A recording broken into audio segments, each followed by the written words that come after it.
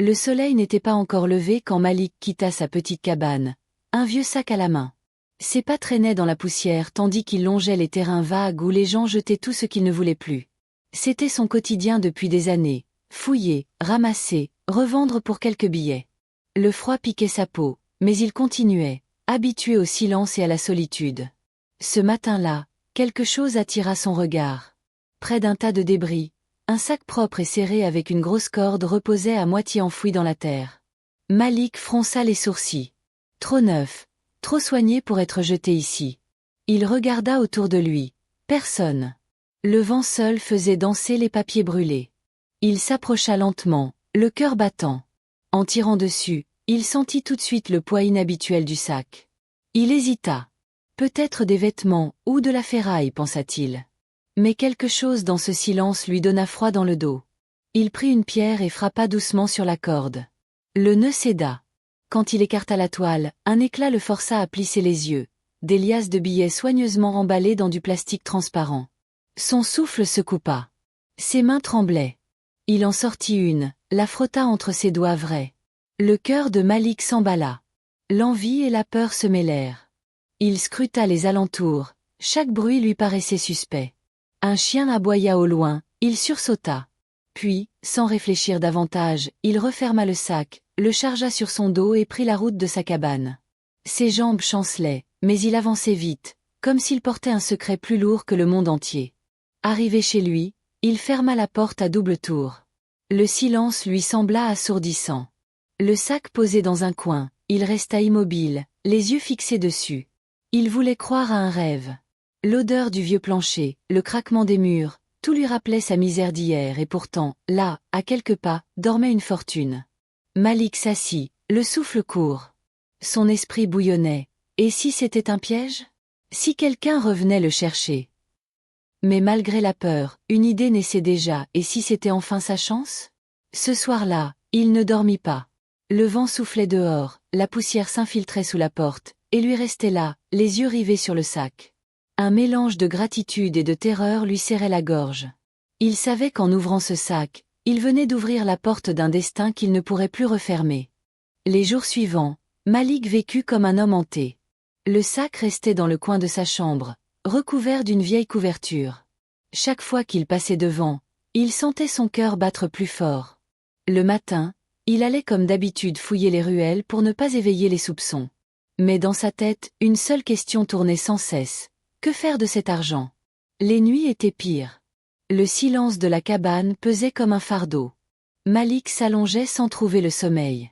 Parfois, il allumait une bougie et s'asseyait près du sac, le fixant comme on fixe un ennemi invisible. La tentation murmurait. Tu as souffert toute ta vie. Cet argent est ton droit. Mais une autre voix, plus douce et plus dure à la fois, répondait. Et si cet argent appartenait à quelqu'un? Et si tu étais puni? Au matin du 4e jour, il craqua. Il détacha la corde, écarta le plastique, et sortit une seule liasse. Ses doigts tremblaient. Les billets sentaient encore l'encre fraîche. Malik ne réfléchit plus.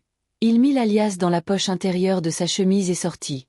Il marcha longtemps avant d'oser entrer dans la petite clinique du quartier.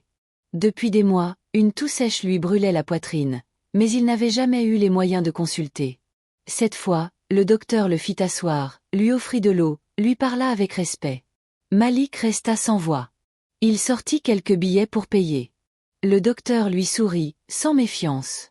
Pour la première fois depuis des années, il se sentit traité comme un homme. Sur le chemin du retour, il s'arrêta devant une vitrine. Son reflet le troubla, le même visage fatigué, mais avec un éclat nouveau dans les yeux. Une étincelle d'espoir. Cette nuit-là, il se dit que cet argent, s'il l'utilisait avec sagesse, pourrait changer sa vie sans nuire à personne.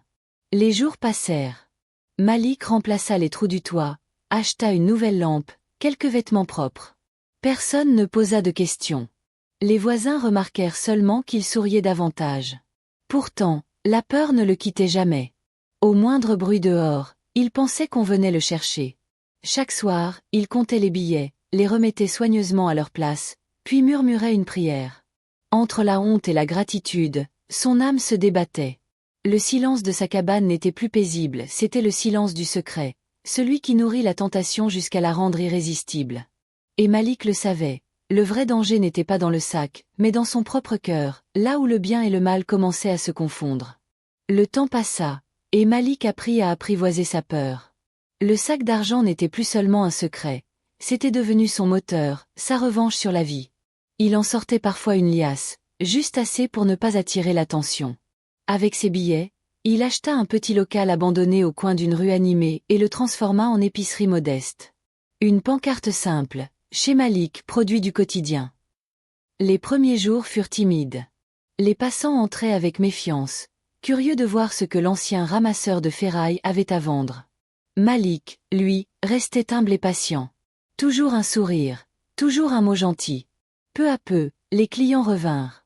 Des enfants venaient acheter des bonbons, des mères prenaient du riz, de la farine, de l'huile. Le petit commerce grandit lentement, mais sûrement. Le soir, Malik comptait la caisse avec des mains tremblantes, pas à cause de la peur cette fois, mais d'un mélange d'émotion et de fierté. Pour la première fois, il gagnait de l'argent par son propre travail, pas grâce au sac. Et pourtant, il savait que sans ce sac, rien n'aurait commencé. Cette pensée le rongeait. Était-il un voleur ou un bâtisseur?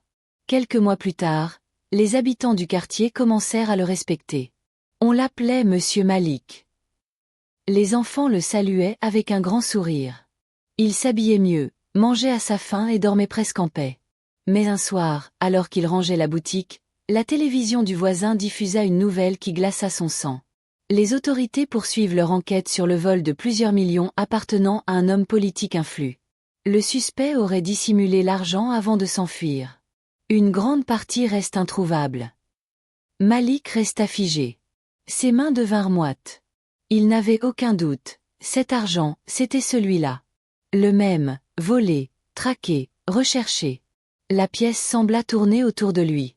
Il ferma la boutique précipitamment et rentra chez lui, le souffle court. Cette nuit-là, il rouvrit le sac. Les liasses brillaient encore, intactes. Mais cette fois, leur éclat lui fit peur. Elles semblaient le regarder, comme des témoins silencieux de son mensonge. Il se sentit coupable, presque sale. Pourtant, au fond de lui, une autre pensée se glissa. J'ai transformé le mal en bien. Cet argent nourrit, soigne, aide. Le conflit intérieur de Malik prit racine.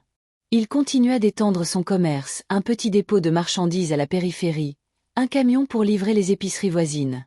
Son nom circulait, son respect grandissait, mais la nuit, il restait éveillé, à écouter le bruit de la ville comme s'il attendait qu'on frappe à sa porte. Le succès de Malik était réel. Mais derrière chaque billet gagné honnêtement, il sentait encore le poids de ceux qu'il n'avait jamais mérités. Et plus il montait, plus il comprenait. La peur monte toujours avec vous, quand elle est née du secret. Un matin, alors que le soleil baignait les ruelles d'une lumière douce, Malik vit entrer dans son épicerie une jeune femme qu'il n'avait jamais vue. Elle s'appelait Naomi, une infirmière venue s'installer récemment dans le quartier. Elle avait ce regard calme et sincère qui désarme sans un mot.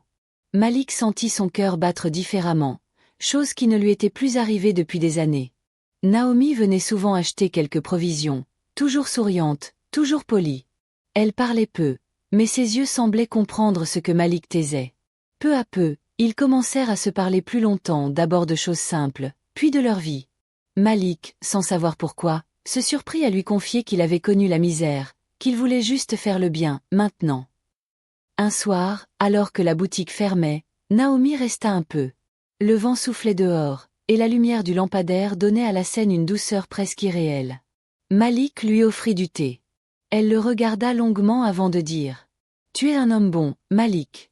On sent que tu portes quelque chose de lourd, mais tu cherches à le transformer. C'est ça, la vraie force. » Ces mots le frappèrent droit au cœur. Toute la nuit, il repensa à elle.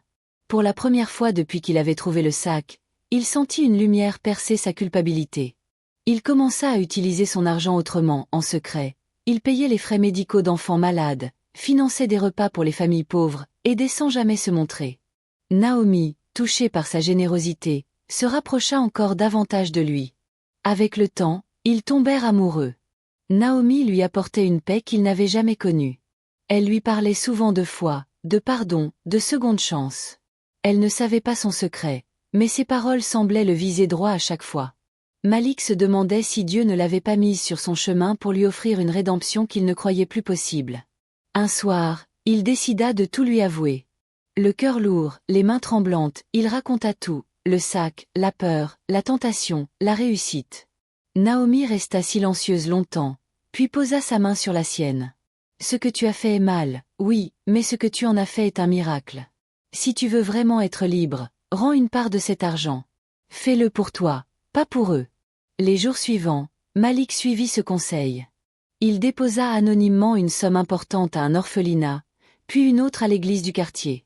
Chaque geste le libérait un peu plus. Naomi le regardait avec fierté et tendresse.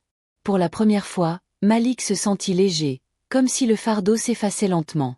L'amour avait fait ce que la peur et la honte n'avaient pas su faire. Il l'avait poussé vers le bien, vers la vérité, vers lui-même. Mais au fond, il le savait, le destin n'avait pas dit son dernier mot. Et parfois, la rédemption a un prix que même l'amour ne peut effacer. La paix que Malik avait trouvée auprès de Naomi semblait solide. Le quartier le respectait, son commerce prospérait, et ses bonnes actions inspiraient même d'autres commerçants. Mais malgré les sourires et les bénédictions, un coin de son cœur restait sombre, le coin du secret. Un matin, alors qu'il ouvrait la boutique, 2 hommes en costume s'arrêtèrent devant la porte. Ils montrèrent une carte, inspecteurs fédéraux. Malik sentit son souffle se bloquer. Ils posèrent des questions polies mais précises. D'où venait l'argent ayant servi à ouvrir l'épicerie? Avait-il des partenaires? Malik répondit avec calme, mais chaque mot lui brûlait la gorge. Quand ils partirent, il s'assit, tremblant, le regard vide. Naomi le trouva ainsi plus tard. Il lui avoua tout, les policiers, la peur, la honte qui revenait. Elle prit sa main et dit doucement. La vérité finit toujours par frapper à la porte. Mais tu peux encore choisir comment l'accueillir. Cette nuit-là, Malik ne dormit pas. Il rouvrit une dernière fois le vieux sac, presque vide maintenant. Il se souvenait du jour où il l'avait trouvé dans la poussière. Tant de choses avaient changé depuis, et pourtant, le poids qu'il ressentait ce soir était encore plus lourd qu'alors. Il comprit que le vrai fardeau n'était pas dans les billets, mais dans ce qu'ils représentaient. Au matin, il prit une décision. Il se rendit lui-même au poste de police. Naomi marcha à ses côtés, silencieuse. Devant le commissaire, Malik raconta toute son histoire sans chercher d'excuses, sans détour. L'homme en uniforme resta muet un moment, puis dit simplement. Vous avez commis une faute, mais aussi réparé des vies.